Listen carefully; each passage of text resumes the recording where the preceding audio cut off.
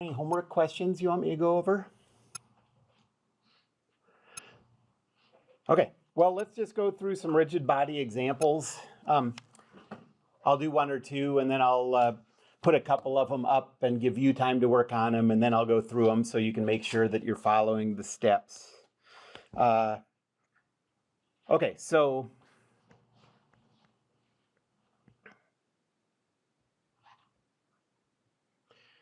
let's say we have this plate. You're not displaying. Oh, yeah, I didn't turn anything on. I'm just lecturing for myself today.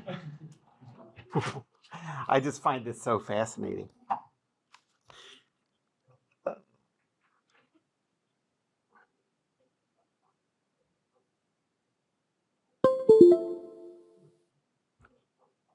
Okay, that's better. All right. So we got this plate connected to a hinge. Let's say that the mass of this plate is 50 kilograms.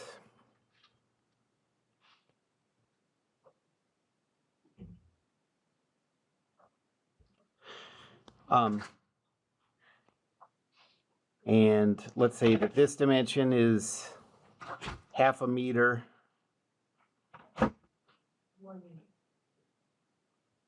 And this dimension is 0.3 meters.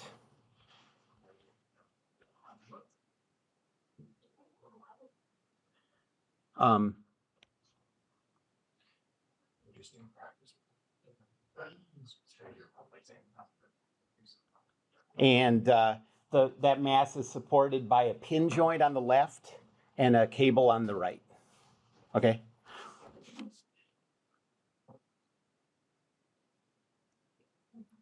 What are the reaction loads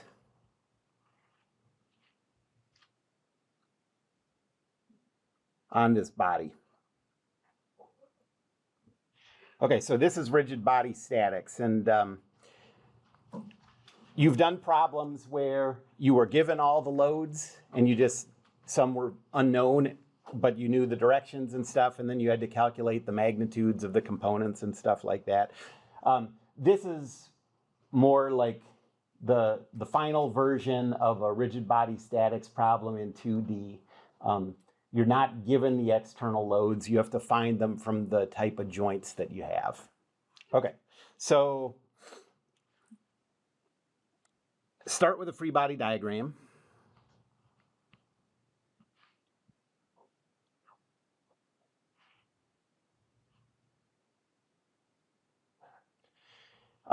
We know there's a weight force acting down, so that's 50 times 9.81.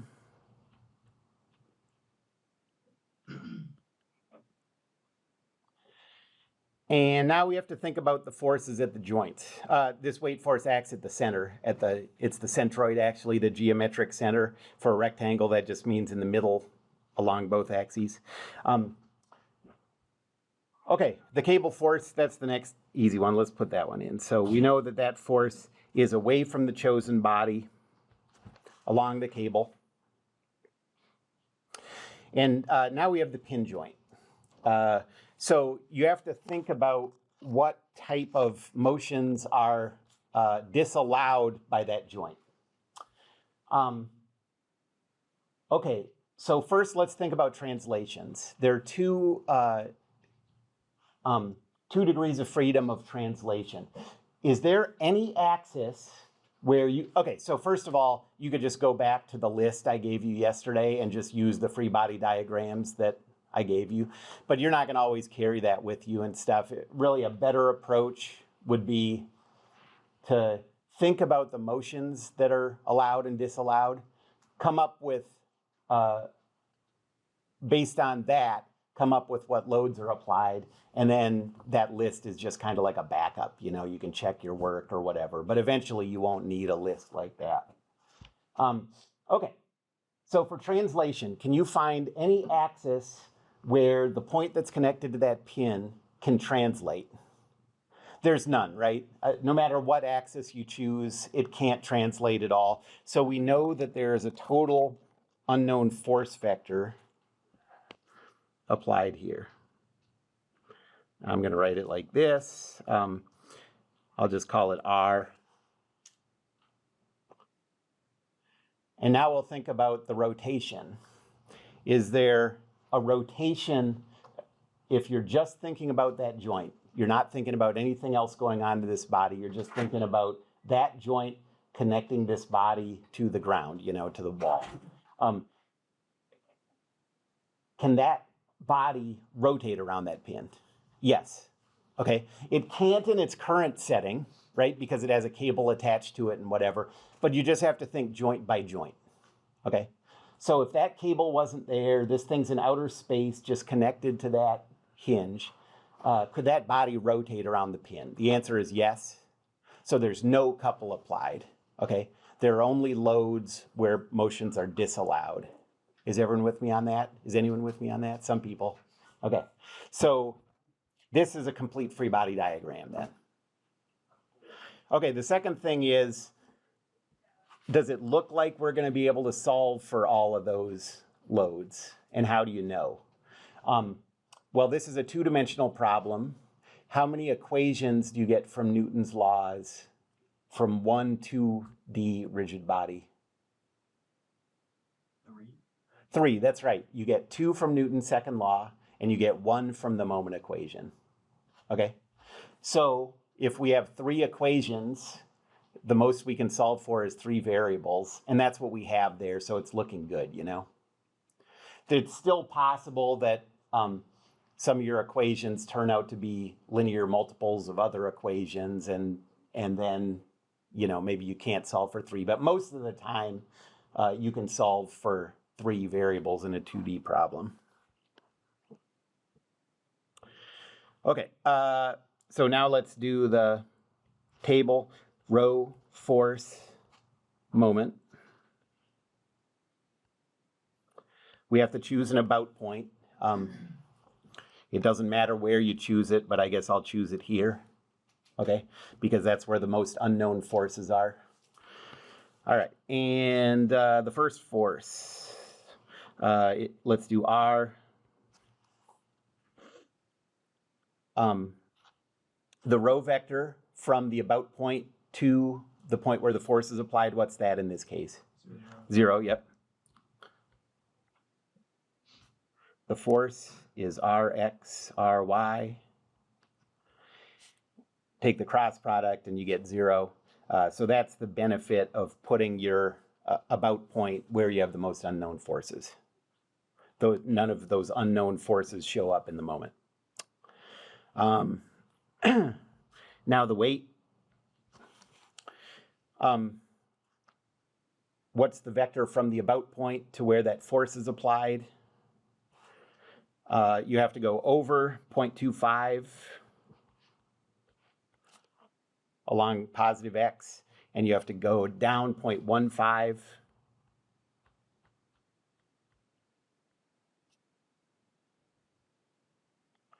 The force vector, this 490.5, is in the negative y direction. So 0, negative 490.5. Question? Isn't it the length 1.5 meters? The length is 0.5 and the height is 0.3.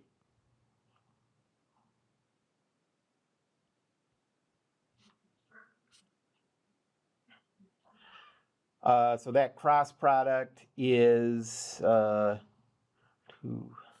That's going to be negative 1, 2, 2.625, I think. Okay, now we have to do the cable force. We have to figure out how to represent that force. Okay, so the direction, oh, well, I didn't give it to you. I meant it to be 45 degrees. Okay, so how are we going to express that force applied by that cable? If our coordinate system is this,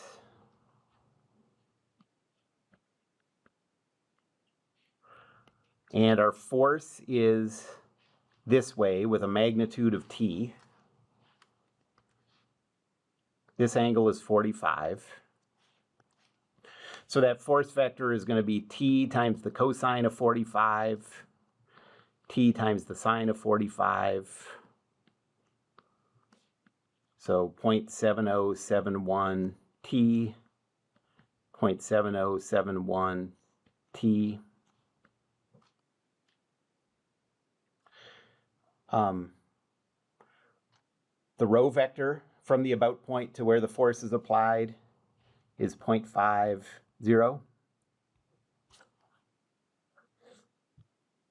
Force vector is 0.7071 t, 0.7071 t. The cross product is positive 0.3535 t.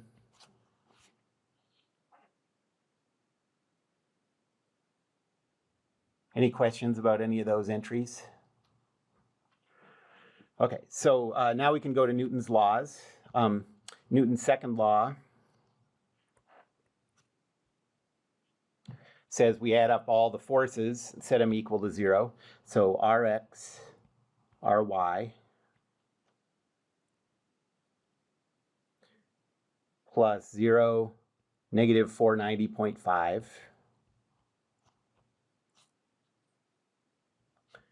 plus 0.7071 t, 0.7071 t. There's 3 forces. We have them all in there. That's equal to the 0 vector.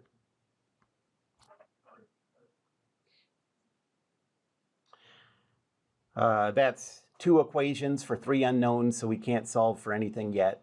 So now go to the moment equation. And it says negative 122.625 plus 0.3535 t is equal to 0. So I meant to bring a calculator in here, but I didn't. Can someone calculate what t is there?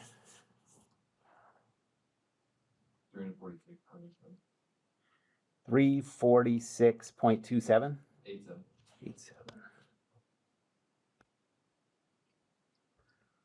Okay.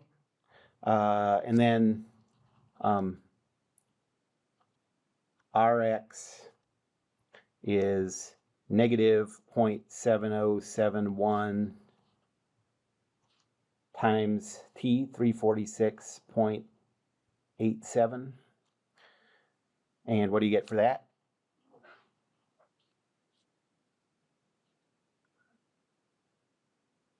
Negative 245.27.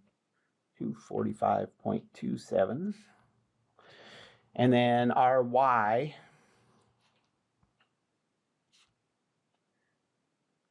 is positive 490.5 minus, I guess, this number here. So that's minus 245.27. And what do you get for that? Oh, that's round off here. So this basically comes out to be 245.25, something like that. 23, I guess, if you do the... Okay, so what this tells us is, put it all in one place, t is equal to 346.87. Remember, cable forces can never come out negative if you do everything right. They're always going to come out positive, so that's a good sign that we got a positive number. Something went wrong if you get a negative number. And then that force R has an x component of negative 245.27 and a y value of 245.23. Those really are the same, but we got a little round off error in there. If you kept 5 decimal places on all your numbers, it would come out perfect to 2 decimal places,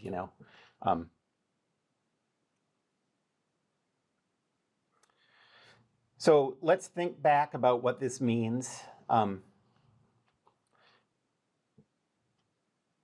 So if I go back to the free body diagram,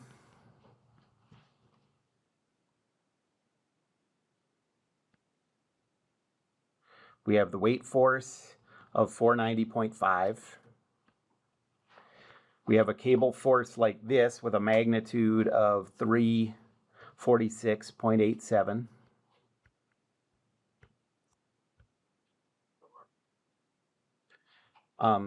We have a force pulling this way of 245.27, and we have a force up of 245.23.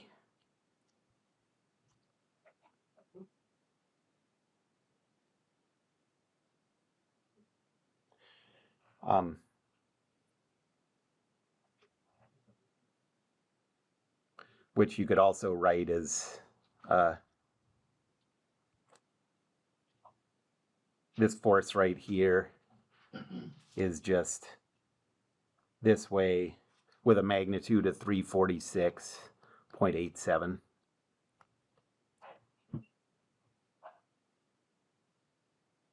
Any questions about that?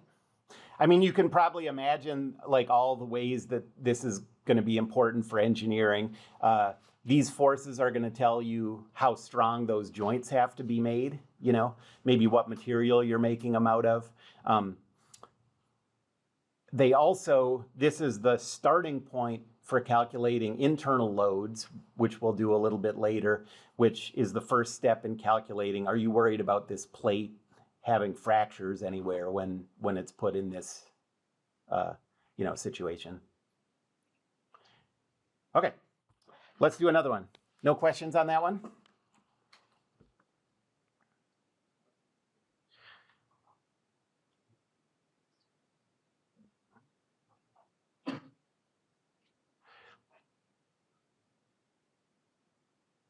So let's say we have a beam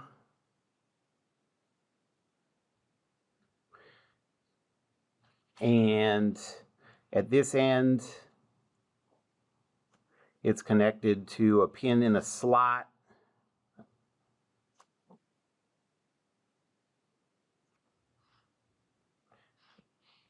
Let's say the angle of that slot is 10 degrees.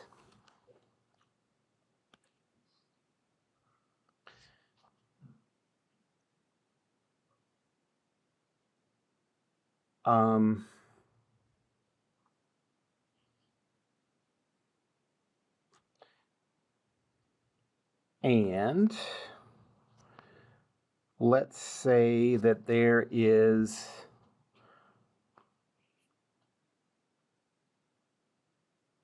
a frictionless contact at the other end, and this angle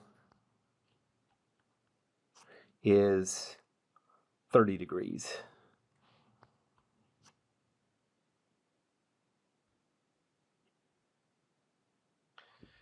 And the mass of this body is 10 kilograms.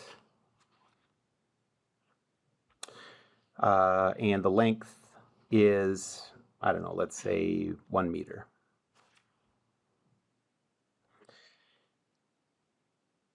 And the angle that this body makes with the horizontal, let's say that's 45 again, or 40, let's say.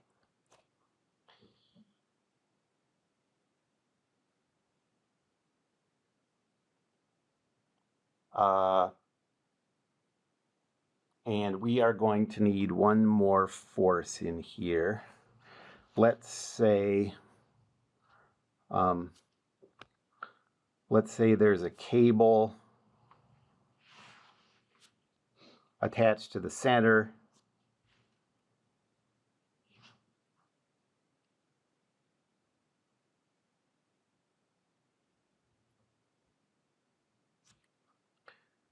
That's horizontal and connects to the wall. Okay, hopefully this will be static. We'll see when we do the calculations.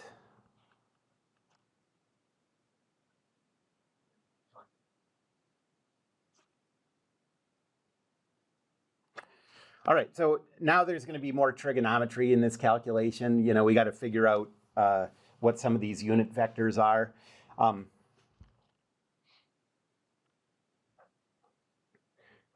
So free body diagram.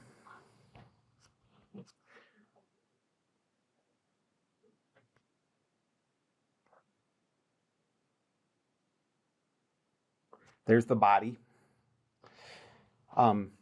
There is a downward force of gravity of 10 times 9.81.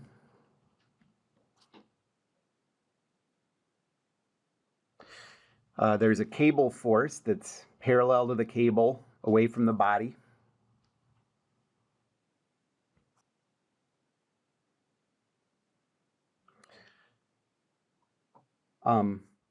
There is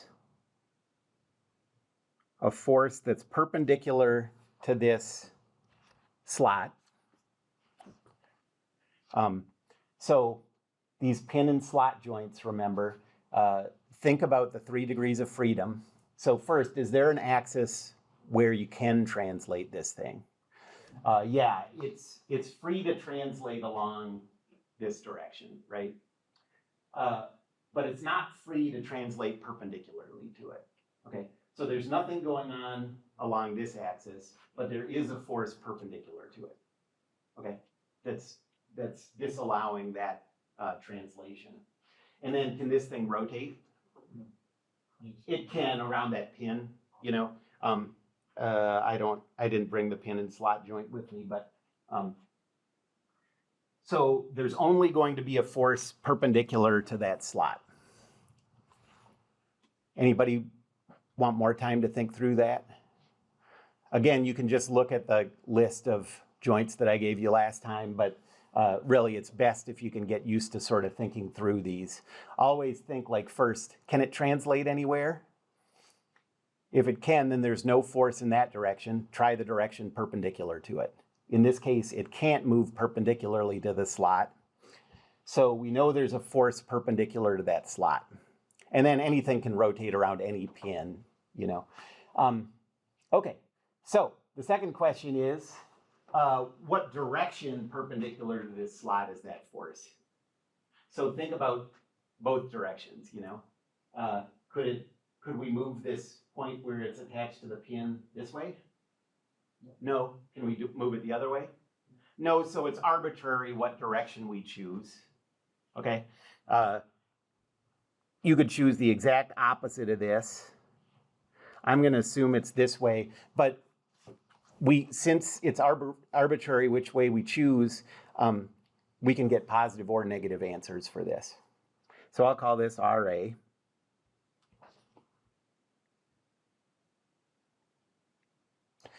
And now the frictionless contact, well, you're used to frictionless contacts from physics, but you can think about it the same way again. Is there a, if all you have is this joint, is there an axis that does allow translation of that contact point? Yeah, it could slide along this frictionless surface. What about perpendicular to it? No, it can't go into the surface. What about this way? Could it go this way? Yeah, it could go this way. So the force is going to be in this direction, and it has to be positive for a frictionless contact. So that surface is like this, and the force is that way. I'll call that RB. And that's a complete free body diagram, but we still have the issue of coming up with those unit vectors for those directions. Well, let's do that first. So at the pin and slot joint,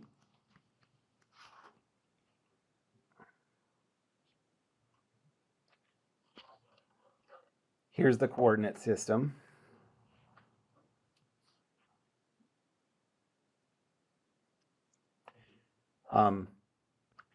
If I draw a vector like this, that's along the surface, along the slot, we know that this angle is 10 degrees, right? And the one that I drew in the free body diagram is clockwise 90 degrees from this vector. So these are 90 degrees apart. So theta is going to be positive 170 minus 90. So 80 degrees. Yes? Is it like 90 because it's perpendicular? Yes, that's right. And remember, that's how we figured out the direction in the first place, is we found the direction of that slot, and then we said there is a force perpendicular to it. Yep. Okay, so that force vector is going to be RA times the cosine of 80, RA times the sine of 80.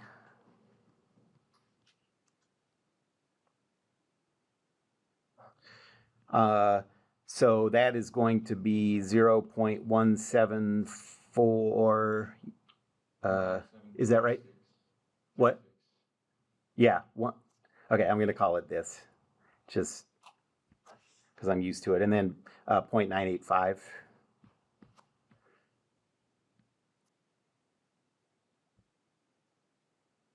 Okay, so that's the pin and slot joint. Yes?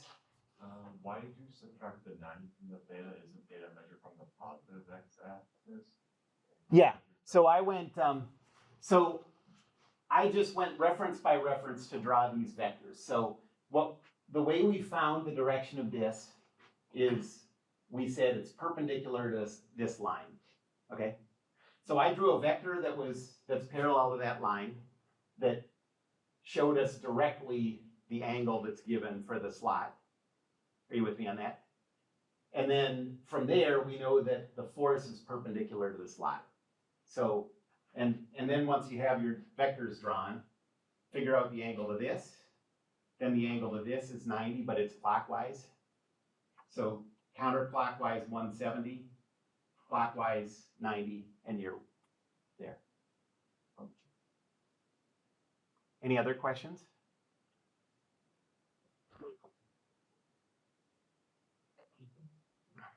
Okay, what about the frictionless contact?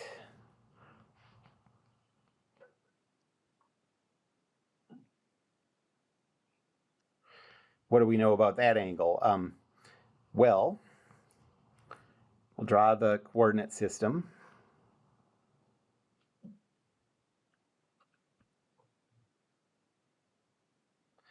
What we're given is that this vector that's parallel to the wall makes an angle of 30 degrees with the vertical.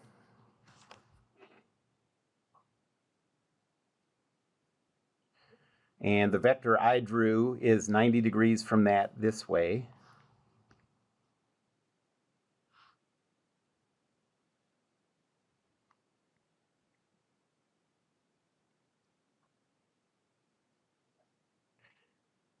That's my force RB. So how would you get there? You could go clockwise. So theta is equal to negative 90 plus 30, so negative 120. Okay. And then you can just keep going clockwise another 90 degrees. And so that theta is negative 210.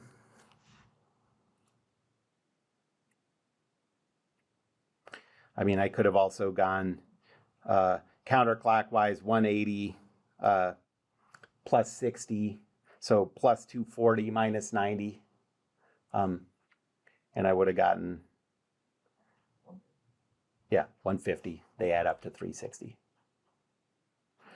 Okay, so this force is going to be RB times cosine of negative 210, RB times sine of negative 210.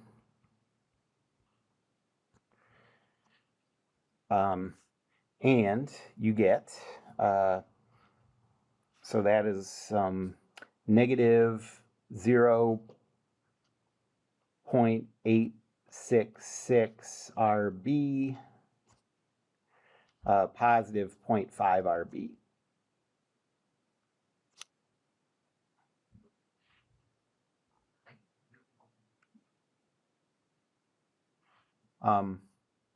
All right, now let's start filling out the table. So row, force, moment.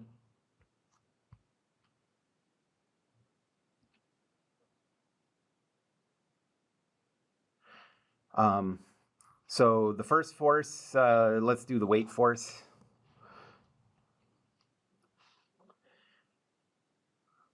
We have to choose an about point. I guess I'll choose it here.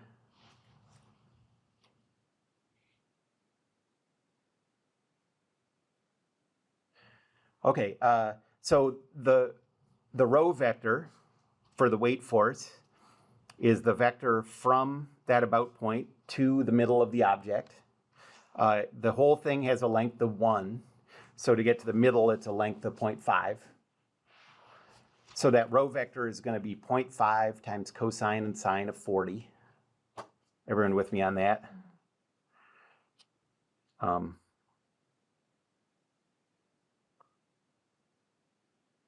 Okay, so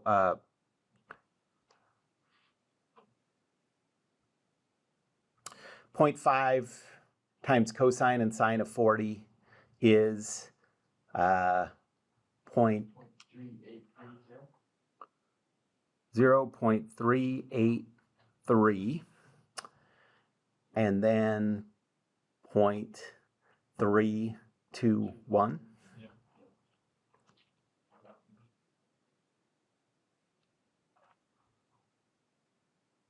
The force vector is 0, negative 98.1.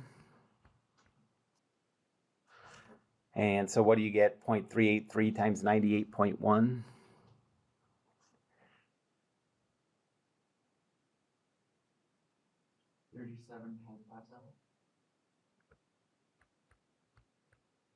Okay. Now let's do the cable tension. That's just in the negative x direction. Okay, so what's a unit vector in the negative x direction? Negative 1, 0. Okay, so negative 1, 0 times t. Well, so I'm doing the force first for some reason, but this is going to be negative t, 0. The row vector is going to be the same. It's happening at the same spot as the weight.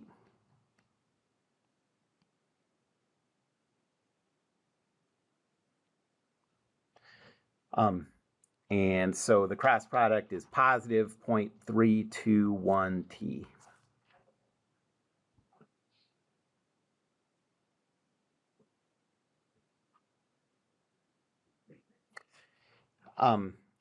You can make sense out of the signs of these, by the way. You know, look back at this and think like, okay, that cable force, is that going to make it rotate clockwise or counterclockwise around this about point? The cable force would make it rotate counterclockwise, so that's positive. The weight force would make it rotate clockwise, so that's negative.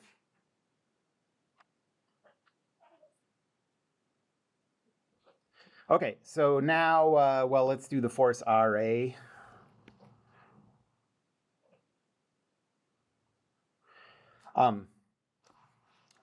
What's the force vector from, what's the vector rho from the about point to where that force is applied?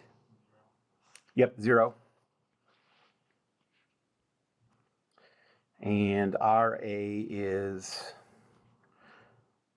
0.174 RA, 0.985 RA. So there's no moment. And then the last one is RB. So the vector from the about point to the upper right end is going to be the length 1 times cosine and sine of 40. So that is 0.766, 0.643. And the force vector is negative 0.866 RB, positive 0.5 RB.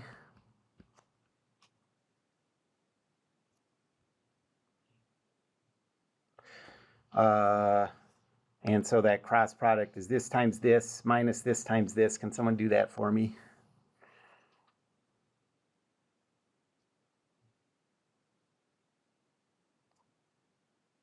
Pretty sure it's 0.9398. 0.93, I'll just call it 940. Ooh, very suspicious that that's the cosine of 20 degrees, right? And then, but remember, it's all multiplied by RB.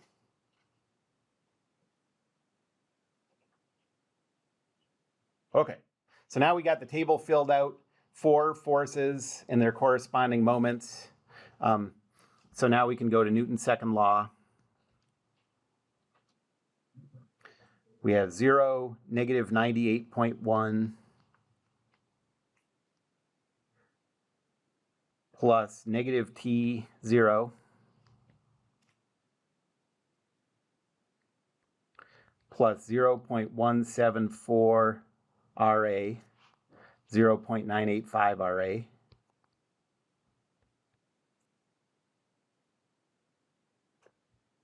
plus negative 0.866 RB, 0.5 RB, and these are equal to 0. How many variables so far? 3, 2 equations, so we don't expect to be able to solve anything yet. Then the moment equation, negative 37.57,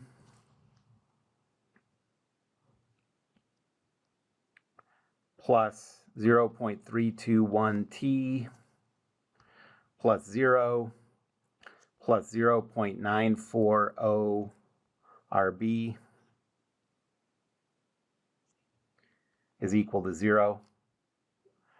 You could do this by substitution, but already, even though this is just 3 equations for 3 unknowns, it would be sort of a pain. So let's fill out an augmented matrix and use reduced row echelon form. We know we're going to have 3 rows because we have 3 equations. We're going to have 4 columns because there's always one more column.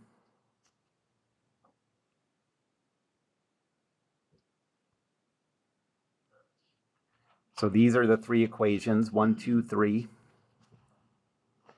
And the variables, we just need to choose an order and be consistent with it. So we have T, RA, RB, and then this is once you have the constants on the other side of the equation.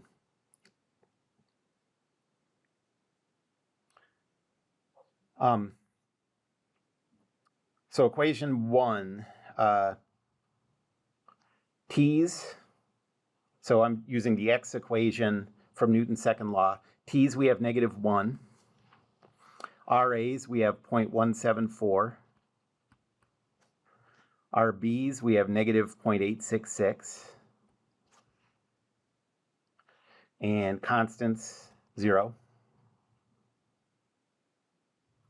Equation 2 is the Y equation. RA's, we have 0.985. RB's, we have positive 0.5. Constants, when you get them over to the other side, is going to be positive 98.1. And then there's a 0 here. And then the third one, the moment equation, T's, we have 0.321. RB's, we have 0.940. No RA's. Constant on the other side is positive 37.57. And so I think if you have your calculator with you, everybody just plug this in, use reduce row echelon form, make sure that you're getting the right thing, and then tell me what it is because I don't have a calculator. Okay, so everyone else check and make sure you're getting the same thing here. Negative 57 for the first tile set. Okay, so I'm sorry, I'm behind. So you're gonna get, yeah, you're gonna get 1, 1, 1, and zeros. And that just tells you that it worked. And then what did you get for the first row? Negative 57.71. Well, that's a problem. Second row? 59.67 or 68. 59.68. Okay. 78.64. 78.64. Okay. So what that says is this would be in static equilibrium if that cable was applying a pushing force in that direction. Okay. Well, a cable won't do that. So this isn't how I meant it to work. I'm not trying to act like this is how I meant this to go. But if you design something, you set up these joints to hold it in place, and you get an impossible answer. Obviously, that's an important part of the design process, you know. So everyone see what the problem was with this? We got a negative answer for T. There's our A. There's our B. So what does this say about designing this thing? It says that you'd actually have to do it like this. So this is impossible because our cable tension was negative. So what you'd have to do here is change the setup to be, so there's the beam.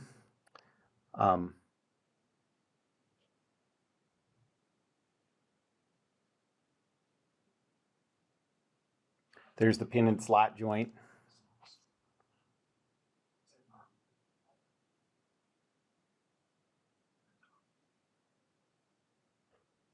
Oh, this would have to be some kind of roller, I guess.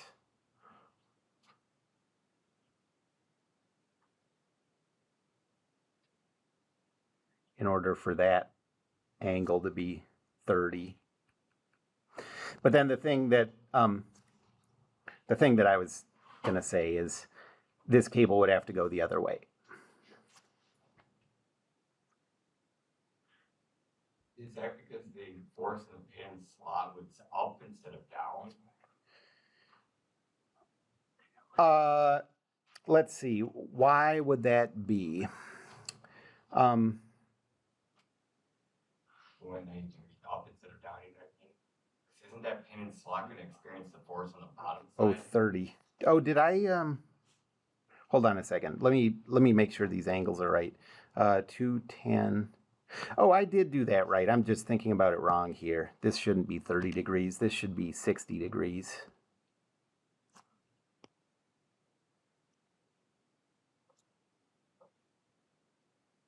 So there's the body, and then it's actually like this is 60 degrees because it's 30 degrees with the vertical. Okay, so physically, why do you need that there? I mean, I guess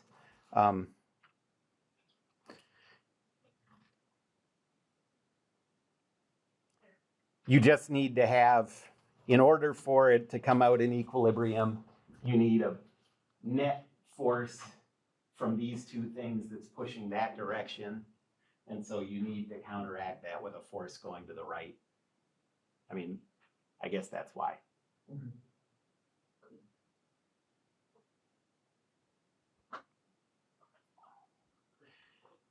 Anybody have any questions about that process? Okay, well, let's do one more, the simplest kind. So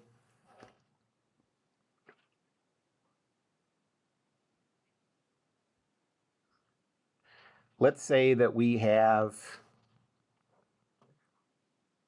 a fixed joint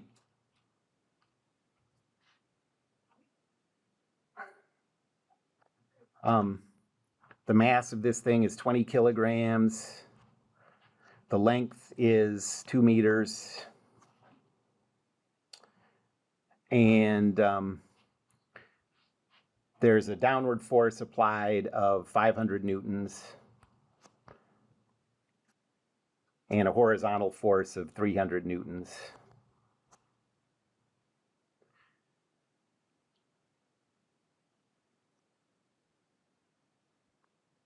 What are the reaction loads at the wall?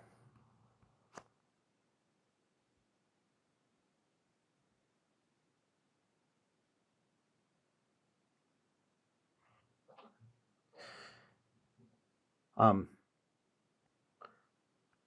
free body diagram.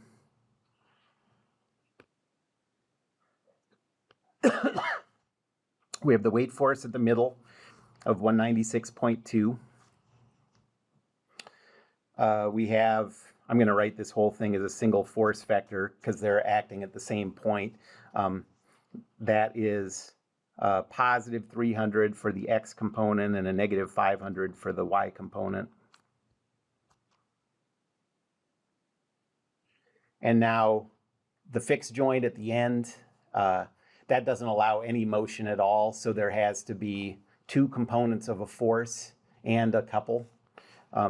So I'm going to write this as R,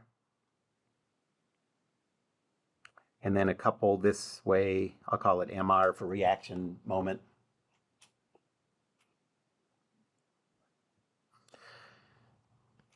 Rho, force, moment.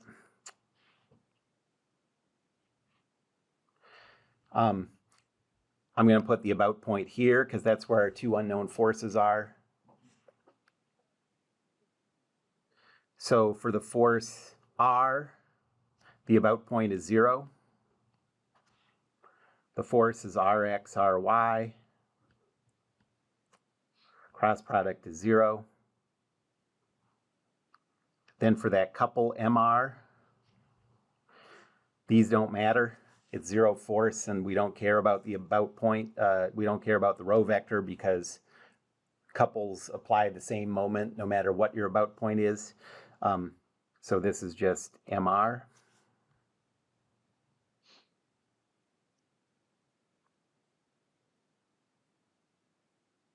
The weight force, the row vector is, this whole thing has a length of 2, so it's 1 meter from the about point to where the force is applied. So that's 1, 0. The force is 0, negative 196.2. So the cross product is negative 196.2.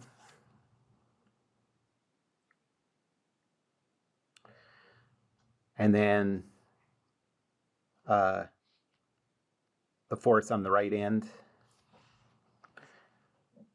The row vector is 2, 0. The force is 300, negative 500.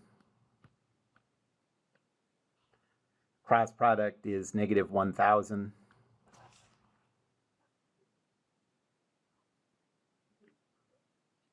So Newton's second law says Rx, Ry plus 0, negative 196.2 plus 300, negative 500 is equal to zeros.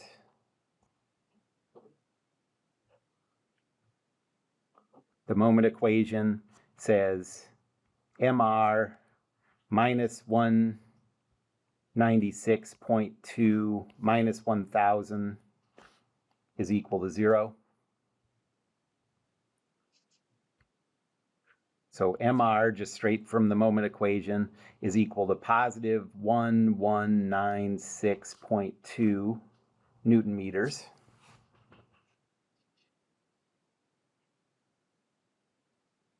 And from Newton's second law, that reaction force factor is negative 300,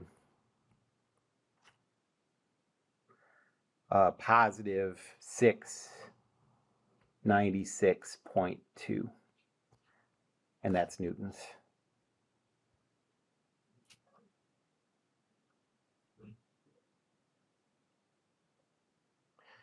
The arithmetic's a little easier. The algebra's a little easier on those fixed joints. Because the couple lets you just solve for the